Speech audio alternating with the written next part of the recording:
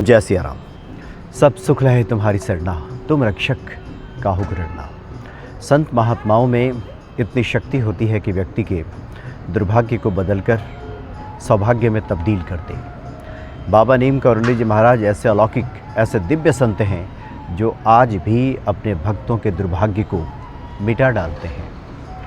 बाबा जी हमेशा अपने भक्तों कहा करते थे कि ईश्वर मंदिरों में तो विराजते ही हैं, कण कण में तो व्याप्त है ही, उनका स्थान तो है ही।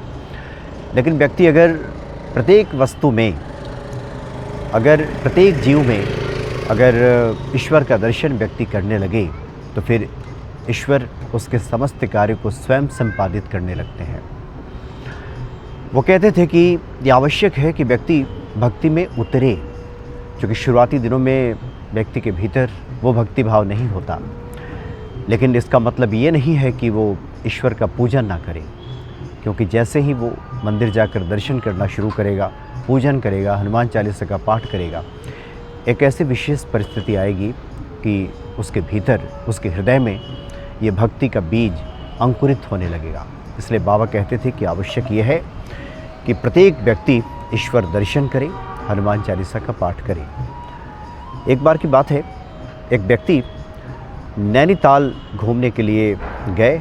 वो दरअसल दक्षिण भारत के रहने वाले थे। नैनीताल जब पहुँचे तो उन्हें इस बात की जानकारी मिली कि कैंची धाम में एक बड़े ही अलौकिक, एक दिव्य संत रहते हैं। तो उन्होंने अपने पत्नी से कहा कि हम लोग नैनीताल तो आ ही गए हैं, अब चल करके उन संत महाराज का दर्शन करते हैं। पत्नी ने भी हामी भर दी, भक्ति भाव वाले लोग थे। तो दंपत्ति पहुँचे वहाँ कैंची धाम में, बाबा का आशीर्वाद लिया। बाबा को प्रणाम करके जैसे ही खड़े हुए, उठे कि बाबा ने कह दिया कि तुम्हें 3 बेटियां हैं ना, तुम्हें एक बेटा होगा। वो दोनों आश्चर्य में पड़ गए। कहा कि बाबा 3 बेटियां तो हैं, लेकिन बेटे का ख्याल तो अब उन लोगों ने अपने मन से निकाल दिया है। लेकिन बाबा ने कहा कि नहीं नहीं, जाओ, हमने आशीर्वाद दे दिया है, तुम्हें एक बेटा अवश्य होगा। लेकिन बाबा ने फिर कहा कि तुम्हें एक काम करना होगा, तुम्हें 10 बोरी आटा यहाँ पे आश्रम में भिजवाना होगा। तो उस व्यक्ति ने कहा कि महाराज, हम तो यहाँ घूमने फिरने के लिए आए हैं, इस इरादे के साथ तो हम आए नहीं थे, और उतने पैसे भी हमारे पास नहीं है कि हम यहाँ 10 बोरी आटा की व्यवस्था कर सकें। और बात उन दिनों की है जिस वक्त लोग एटीएम तो था नहीं, एटीएम लेकर लोग चलते थे नहीं कि कहीं से भी पैसे निकाल लिया। जो पैसे लेकर के व्यक्ति भ्रमण पर निकला है, उसी से सारा काम संपादित करना है, उसी से सारा काम संभालना है। तो उस व्यक्ति ने अपनी असमर्थता जताई। लेकिन बाबा ने कहा कि हिम्मत मत हारो, हल्द्वानी जाओ, वहाँ व्यवस्था हो जाएगी। वो दोनों दंपत्ति जब वहाँ हल्द्वानी पहुँचे तो वहाँ पे जैसे तैसे जोड़ करके उन्होंने 10 बोरी आटे की व्यवस्था की, और इतना पैसा बचा कि वो अपने घर पहुँच सके। पूरी जो पैसे लेकर के आए थे वो सब खत्म हो गया, और बाबा के आश्रम में उन्होंने 10 बोरी आटा भिजवा दिया। और उसके ठीक 1.5 साल के बाद, अलौकिक यथार्थ में इस बात की चर्चा है कि ठीक 1.5 साल के बाद वो दंपत्ति पुनः बाबा के दर्शन के लिए कैंची धाम पहुँचे। बाबा मिल गए, बाबा को प्रणाम किया। बाबा ने छूटते ही कहा, अब तो तुम्हें बेटा हो गया है ना? तो उन दंपत्ति ने कहा कि हाँ महाराज, आपकी वाणी सत्य हुई है, आपकी कृपा से मुझे पुत्र की प्राप्ति हो गई है। तो बाबा ने कहा कि देखो, व्यक्ति के कुछ कर्म फल ऐसे होते हैं जिसके वजह से उसके जीवन में अवरोध आता है, रुकावटें आती हैं।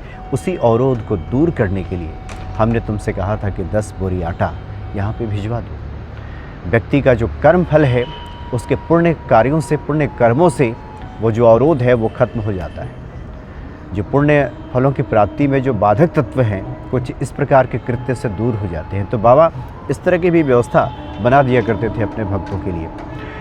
बाबा के साथ एक ड्राइवर हमेशा चलता था। जब वो कानपुर पहुंचते थे तो एक जीप उनको, उनके भक्त दिया करते थे, और एक ड्राइवर साथ में चलता था। बाबा उसके साथ निकलते थे, और ड्राइवर बाबा से बातचीत करते सफ़र में निकलता था। बाबा ने उसे कहा कि तुम्हें तो कोई संतान नहीं है ना? तो ड्राइवर ने कहा कि हाँ बाबा, मुझे अब कोई संतान नहीं है, जाओ तुम्हें संतान होगा। तो ड्राइवर ने कहा कि मेरी शादी की, मेरे विवाह को तो 19 साल हो गए हैं, डॉक्टर ने कह दिया है कि तुम्हें तो कोई संतान नहीं होगी, और आप कह रहे हैं महाराज की संतान होगी। लेकिन बाबा ने कहा कि नहीं नहीं, तुम्हें संतान होगी, तुम्हें पुत्र की प्राप्ति होगी, ये लो सेव खाओ। बाबा सेव रखते थे, उन्होंने निकाला अपने अपने जो कंबल है वहाँ से सेव निकाला और दिया।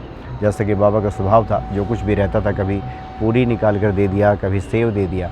तो बाबा ने सेव निकाल करके उस ड्राइवर को दिया और कहा कि जाओ, इस सेव को तुम भी खाना और अपनी पत्नी को भी खिलाना। और आश्चर्य, 19 सालों के बाद, साल डेढ़ साल बीतते बीतते उस ड्राइवर के घर में भी किलकारियाँ गूंजी और उसे पुत्र की प्राप्ति हुई। डॉक्टरों ने जहाँ कह दिया था कि तुम्हें संतान नहीं हो सकती, उस व्यक्ति ने भी मान लिया था कि विवाह के इतने वर्ष बीत गए, अब तो कोई संभावना नहीं है। वो ये मान चुका था कि अब कुछ भी संभव नहीं हो सकता। बाबा ने असंभव को संभव कर दिया। तो बड़े अलौकिक, बड़े दिव्य हैं बाबा नीम करोली जी महाराज। आज भी जो भक्त उनको श्रद्धापूर्वक याद करते हैं, उनका सुमिरन करते हैं, ऐसे भक्तों के समस्त संकटों का निवारण हनुमान जी महाराज की कृपा से बाबा नीम करोली जी महाराज कर दिया करते हैं। ऐसे अलौकिक संत हैं बाबा नीम करोली महाराज। जय सिया राम।